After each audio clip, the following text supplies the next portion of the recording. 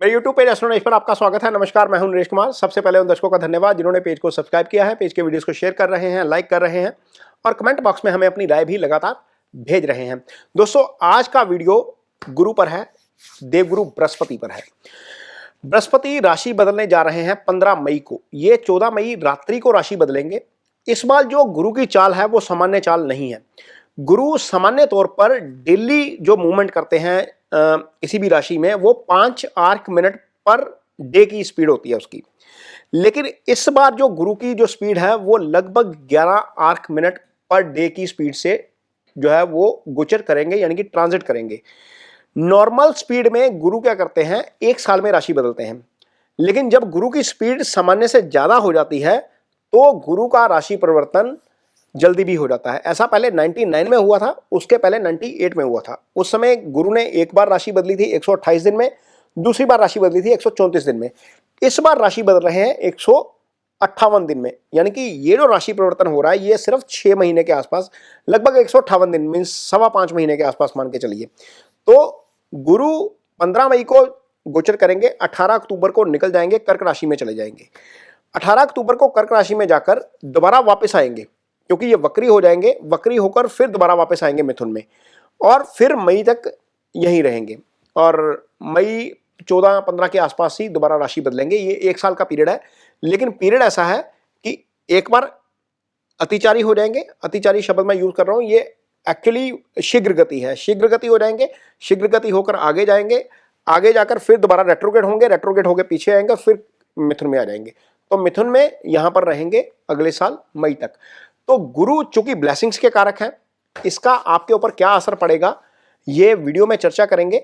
लेकिन इससे पहले एक बात समझिए कि गुरु कितने इंपॉर्टेंट हैं आपके लिए। आपकी कुंडली में 12 भाव होते हैं। 12 भाव में से दूसरा भाव होता है धन का, पंचम होता है बुद्धि विवेक का, संतान का, इसको सुत भाव कहते हैं। नवम होता है आपका भाग्यस्थान, इसे अध्यात्म भी देखा जाता है, इससे फादर की भी चर्चा की जाती है। 11वां भाव होता है आपके लाभ का, यानी कि आय का। तो 8 में से 4 भावों के कारक गुरु हैं। गुरु की 3 दृष्टियां हैं। गुरु एक स्थान पर जहां पर बैठते हैं उसको भी प्रभावित करते हैं, 3 दृष्टियों से भी प्रभावित करते हैं।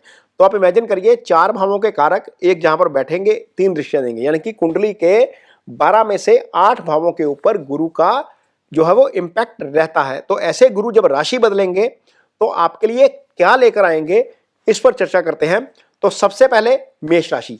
तो बात करते हैं कर्क राशि के जातकों की। कर्क राशि के जातकों के लिए गुरु का गोचर होगा 12वें भाव में। 12वें भाव का गुरु का गोचर अच्छा नहीं होता। हालांकि कर्क राशि के जातकों के लिए गुरु जो है वो अच्छे होते हैं, क्योंकि कर्क राशि के जातकों के लिए गुरु जो है वो भाग्यस्थान के स्वामी हो जाते हैं।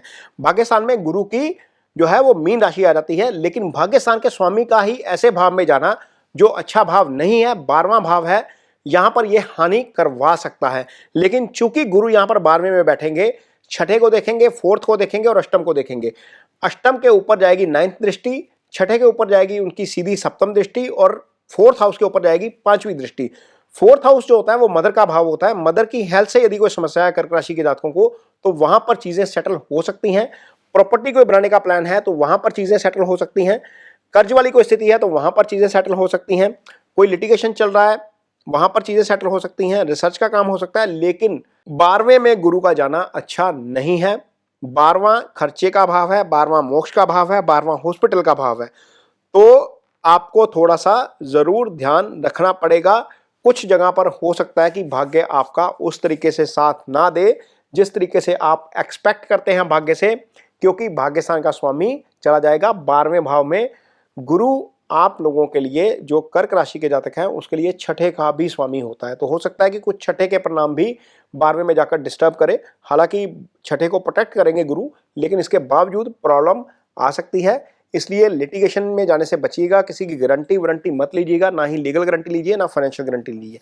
तो ये चीजें देखिएगा आप, क्योंकि ये गोचर कर्क राशि के जातकों के लिए 12वें जाना तो अच्छा खैर नहीं है। यदि आपकी कुंडली में गुरु की पोजीशन खराब है, गुरु आपकी कुंडली में 8th हाउस में है, छठे भाव में है, 12वें भाव में है, गुरु राहु केतु एक्सिस में है, शनि मंगल के साथ है, गुरु सूर्य के साथ आकर अस्त बैठे हैं, तो आपको निश्चित तौर पर गुरु की रेमेडीज कुछ जरूर करनी चाहिए। गुरु की रेमेडी के तौर पर आप क्या कर सकते हैं, सबसे इजी रेमेडी जिसके लिए कहीं जाने की जरूरत नहीं है, ओम ब्रह्म बृहस्पतये नमः, ये गुरु का बीज मंत्र है। इसको रूटीन में आप जप सकते हैं, ये आपके लिए अच्छा है। दूसरी और सबसे अच्छी रेमेडी जिसके लिए आप ज्ञान का प्रकाश भी फैलाएंगे, आप गुरु को खुश भी करेंगे, क्योंकि गुरु ही ज्ञान के कारक हैं। किसी बच्चे की हेल्प कर दीजिए किसी भी तरह की स्टडी में, वो हेल्प एक पेंसिल के तौर पर भी हो सकती है, स्टेशनरी के तौर पर भी हो सकती है, कॉपी किताब के तौर पर भी हो सकती है, किसी की ट्यूशन फीस के तौर पर भी हो सकती है। ये दूसरी सबसे अच्छी रेमेडी है गुरु की, क्योंकि आपने डोनेशन करनी है ना, तो ऐसी जगह पर करिए जहां पर ज्ञान का प्रकाश हो, तो आपके लिए डेफिनेटली अच्छा हो जाएगा। वैसे तो पीली चीज़ों की डोनेशन कही जाती है गुरु के लिए, लेकिन गुरु जिस चीज़ के कारक हैं उसका यदि हम डोनेशन करते हैं तो निश्चित तौर पर उसके आपको अच्छे फल मिलते हैं। तीसरी चीज़ जो आप कर सकते हैं वो है गुरु का जो है वो फल का पेड़ लगाना। जो नॉर्मल पेड़ होता है वो बुध से आता है, गुरु फलदार पेड़ों के कारक हैं। यदि आप एक पौधा लगाते हैं, खासतौर पर जो धनु राशि के हैं या जो मीन राशि के हैं, एक पौधा लगाते हैं और वो फलदार पौधा है, तो वो फलदार पौधा आपको फल तो देगा ही देगा, गुरु आपको अलग से फल देंगे। मीन आप पर्यावरण की भी हेल्प कर जाएंगे, आप गुरु भी अच्छा कर जाएंगे। तो वीडियो के स्टार्टिंग तो मैंने बताया ही है कि गुरु किस किस भाव के कारक हैं। धन में वृद्धि देंगे, प्रमोशन देंगे, संतान देंगे, भाग्य जगाएंगे। तो ये एक पौधे से हो सकता है, वो भले ही आम का पेड़ हो, अमरूद का पेड़ हो या आपका एप्पल का, कोई भी सीजनल पेड़ जहाँ पर भी आप रहते हैं, जहाँ पर भी आप रहते हैं उस इलाके का कोई भी सीजनल फ्रूट लगा लीजिए, गुरु उस पेड़ के कारक हैं। ये तीसरी रेमेडी है। चौथी रेमेडी, रूटीन में हम जब जाते हैं मंदिर में, तो मंदिर में कोई पीली चीज़ का दान कर सकते हैं, कहीं पर भी कोई पीली चीज़ का दान कर सकते हैं। वृद्धाश्रम में जाइए, अपाहिज आश्रम में जाइए, कहीं पर भी जाइए, पीली चीज़ का दान करिए।